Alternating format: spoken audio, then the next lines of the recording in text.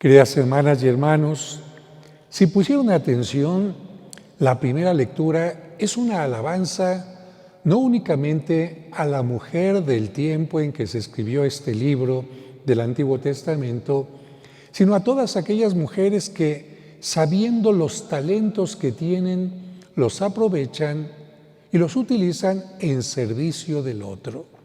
Por eso, con esta primera lectura, agradecemos a aquellas mujeres, mamás o mujeres solteras, hermanas, amigas, que tanto en la casa como en el trabajo hacen con mucho cariño lo que sus habilidades les permiten.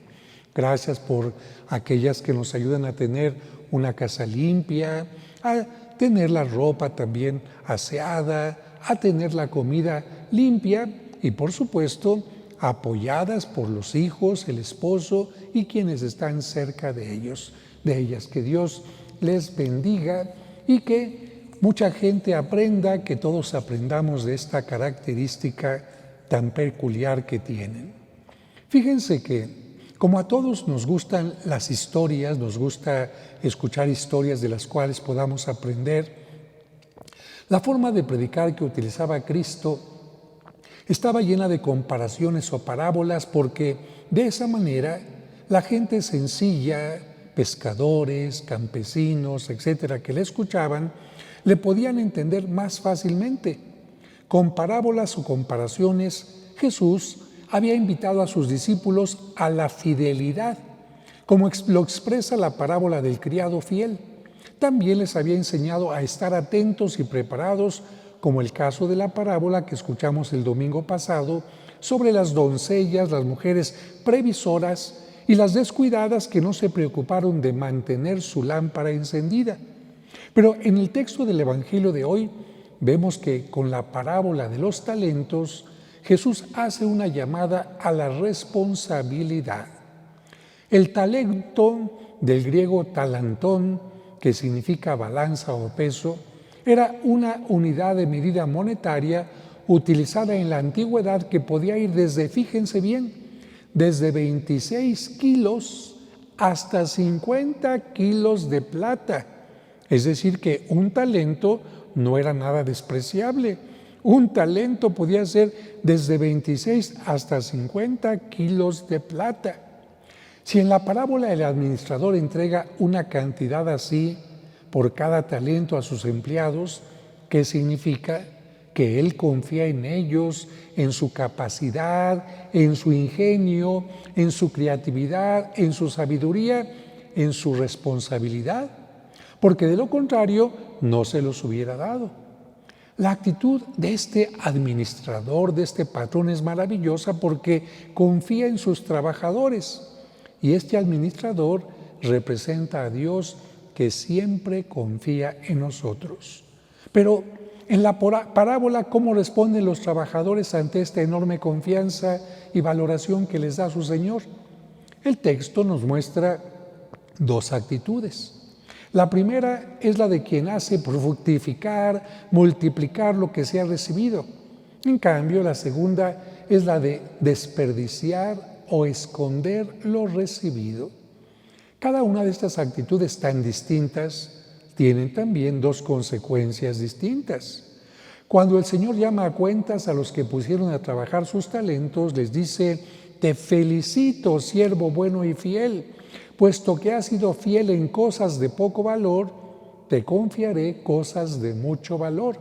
Entra a tomar parte en la alegría de tu Señor. En cambio, quien tuvo miedo y escondió su talento, recibe un fuerte reproche.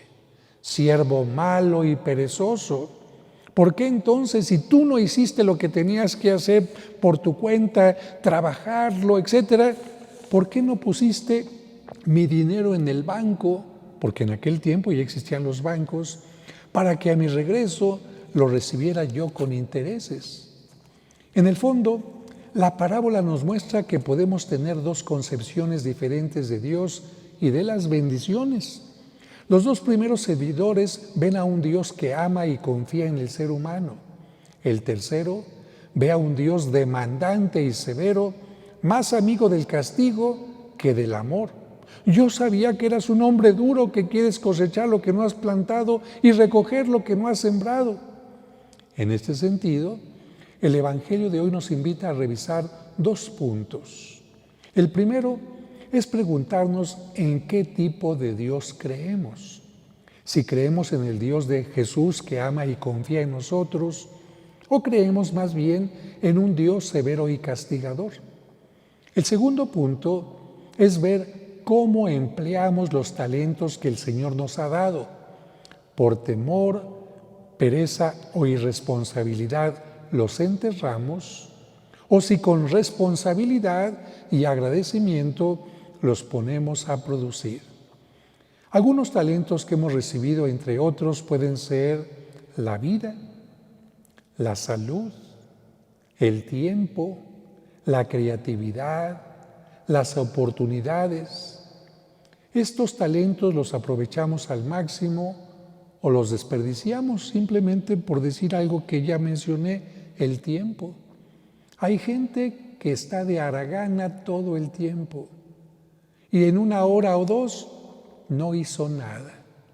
En cambio hay gente que aunque tenga 5 minutos, esos 5 minutos se pone a leer, se pone a hacer algo que le pueda servir, se pone incluso a aprovechar ese tiempo para hacer una llamada a un ser querido, a un enfermo o hasta para rezar un Padre Nuestro. ¿Sacamos el máximo provecho de ellos, de los valores, o dejamos que se pierdan? Y además de pensar en lo que Dios nos da, sería bueno también que nos cuestionáramos en si sabemos reconocer y agradecer lo que nuestro prójimo pone en nuestras manos. Por ejemplo, lo que los hijos reciben de sus padres, no solo los bienes materiales, sino la educación, lo que los trabajadores reciben de su patrón, lo que recibimos de nuestros seres queridos, porque solo quien valora es capaz de dar gracias y aprovechar lo recibido al máximo. Hay hijos, por ejemplo, que sus papás los meten a la mejor escuela, con los mejores maestros, con los mejores útiles escolares y sacan 6 de calificación. Hay personas que se les da la oportunidad en un trabajo para que poco a poquito vayan subiendo y en lugar de ir creciendo van mostrando cada vez más pereza y hasta su personalidad de sinvergüenzas. La parábola nos habla también de que tarde o temprano, como aquellos servidores, también nosotros tendremos que dar cuentas de nuestra vida y no podemos confiarnos a que el patrón, a que Dios tardará en llegar. Recordemos el Evangelio de San Mateo, en el que Jesús puso varios ejemplos sobre la vigilancia y enseña a estar atentos y preparados porque nadie sabe ni el día ni la hora de nuestra muerte o del juicio final. Como nos lo dice hoy San Pablo en la segunda lectura, llegará cuando menos lo esperamos. ¿Estamos preparados o no? Y no solamente para la muerte. En este momento viene a mi mente lo que habrá pasado también por la mente de aquellas personas que estaban en Acapulco de repente. ¡Ay! En el mar la vida es más sabrosa, su coco, su ceviche, tranquilos. Y de repente todo cambia. Y de repente meterse encerrados en el baño y escuchar el ruido del viento y cómo todo se empieza a caer y el ruido de vidrios que empiezan a crujir, a tronar, etc. Y en ese momento la gente piensa, ¿y si fuera este mi último momento, cómo estaría? O pensarían, ¿este lugar, este hotel, esta casa está preparada para una emergencia de este tipo? Nadie sabe el día ni la hora y por eso, ante todo, tenemos que estar preparados. El domingo pasado escuchamos aquella parábola de las mujeres necias que, a diferencia de las previsoras, se quedaron afuera del banquete por no tener listas sus lámparas. La parábola de hoy nos enseña que la espera de ese momento final no tiene que ser una espera pasiva, sino todo lo contrario, una espera activa que implica hacer crecer responsablemente todo lo que Dios y nuestro prójimo ponen en nuestras manos, estar activos. Y si la parábola nos dice que incluso ante el dinero, que es en lo que mucha gente pone su interés, ante el dinero, hay quienes no quieren hacer ni el mínimo esfuerzo para multiplicarlo, como este servidor que, no quería trabajar, pues por lo menos llévalo al banco, ni siquiera el mínimo esfuerzo hizo. Entendemos que si ni ante el dinero se hace esfuerzo, ante otro tipo de valores que no son económicos, será menos el interés de aquellas personas por hacer crecer los valores, las bendiciones que han recibido. Por ejemplo, la fe. Hay mucha gente que en lugar de hacerla crecer, la va perdiendo. Yo conozco a muchas personas que fueron al catecismo, tenían la fe, volvieron a leer la Biblia, aprendieron más acerca de Cristo, acerca de la Biblia. No, poco a poquito la fueron perdiendo, hasta que desapareció. La perdieron los padres y ya no la pudieron heredar a sus hijos. Los hijos también perdieron la fe. ¿Cuántos jóvenes conocen ustedes que ya ni siquiera hicieron la primera comunión? ¿Cuántas personas conocen ustedes que de niños eran muy creyentes y después la fe, uno de los principales valores, se perdió? Y por no hablar de otros valores. La parábola nos dice que los dos primeros servidores invirtieron para poder multiplicar. Ante esto deberíamos preguntarnos, ¿cuánto invertimos nosotros para ser mejores, para estar mejor e incluso para preparar el momento final de nuestra vida? ¿Cuánto tiempo y atención dedicamos a las cosas importantes? ¿Cuánto tiempo y atención inviertes en tu salud corporal, mental y espiritual? Hay gente que ni siquiera va a hacerse un examen médico, ni siquiera un análisis. Y claro, de repente la familia se entera, pues le dio un paro cardíaco, tenía demasiada grasa en las venas. Hay gente que no invierte tiempo para hacerse un examen y de repente ya tiene cáncer de mama o cáncer de próstata. Hay gente que no tiene ni siquiera tiempo para hacer ejercicio y empieza una gordura que atrae la diabetes y atrae otro tipo de cosas, y todo por no invertir un poco de tiempo. Y hay gente que muere antes del tiempo que Dios había marcado. ¿Cuánto inviertes en tu oración? ¿Cuánto hace la gente oración al día? Hay ni siquiera un Padre Nuestro. Bueno, ¿cuánto inviertes en tu formación religiosa y en la participación adecuada de los sacramentos? Hay gente que le dedica un domingo al mes a ir a misa, 12 horas al año. ¿Cuánto tiempo inviertes en tu familia y en tus seres queridos? ¿Cuánto inviertes en tu profesión o vocación? Porque si estudiaste algo, eso se puede siempre estar mejorando, actualizando. Si no es el tiempo suficiente, yo diría que hay que esforzarse en mejorar las cosas.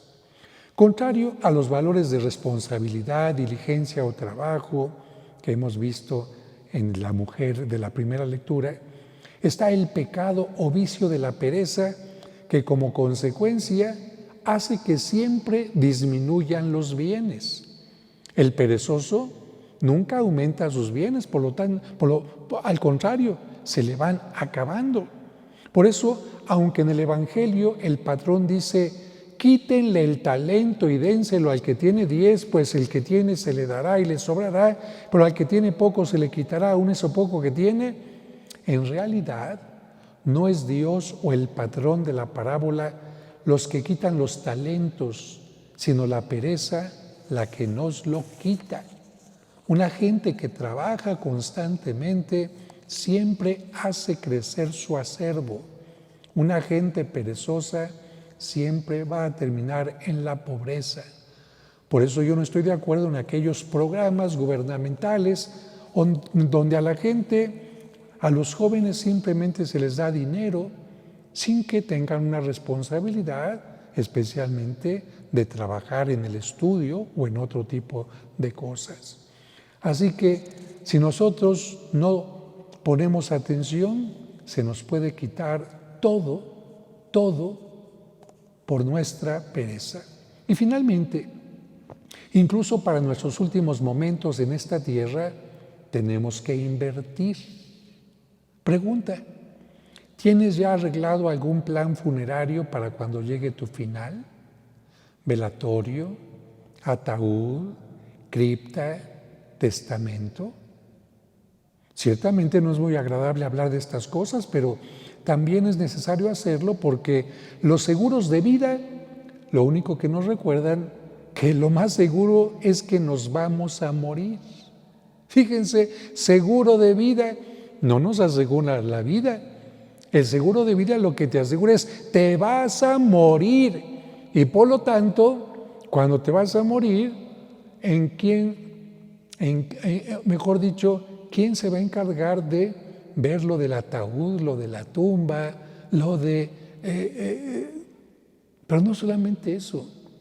¿Quién va a sostener a tus hijos o a tus hijas si no tienes algo ahorrado? ¿Qué va a pasar con tu cuerpo si querías donar algún órgano y no lo dejaste escrito? La gran diferencia en quienes creemos en Dios es morir en paz y haber dejado todo resuelto y contentos por haber realizado bien nuestro trabajo y con la confianza de que Él nos dirá: siervo bueno y fiel, entra a gozar con tu Señor.